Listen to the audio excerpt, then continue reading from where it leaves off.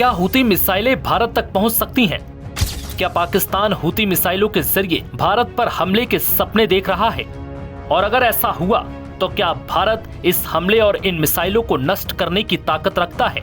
ये तमाम सवाल इसलिए क्योंकि पाकिस्तान हूती मिसाइलों के जरिए भारत को तबाह करने का ख्वाब देख रहा है, लेकिन शायद पाकिस्तान ये भूल गया कि भारत अत्याधुनिक हथियारों, मिसाइलों और डिफेंस सिस्टम से लैस है। ऐसे में भारत पर मिसाइल हमले की सोचना भी बेवकूफी से कम नहीं है।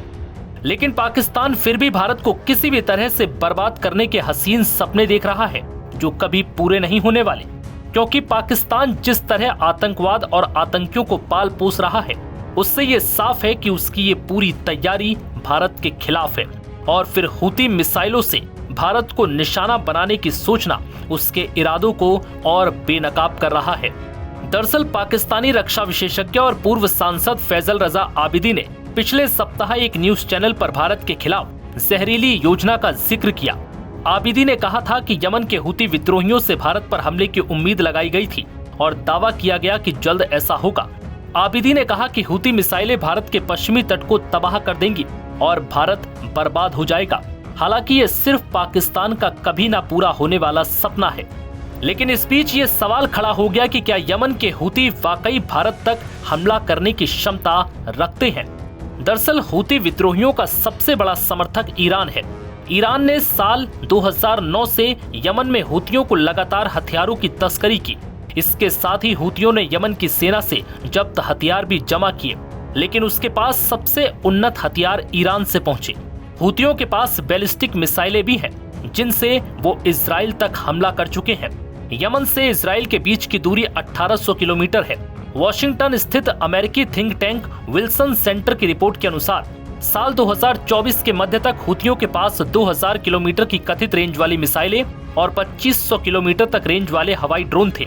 19 जुलाई 2024 को हूतियों ने समद 3 ड्रोन का इस्तेमाल करके तेल अवीव पर हमला किया था।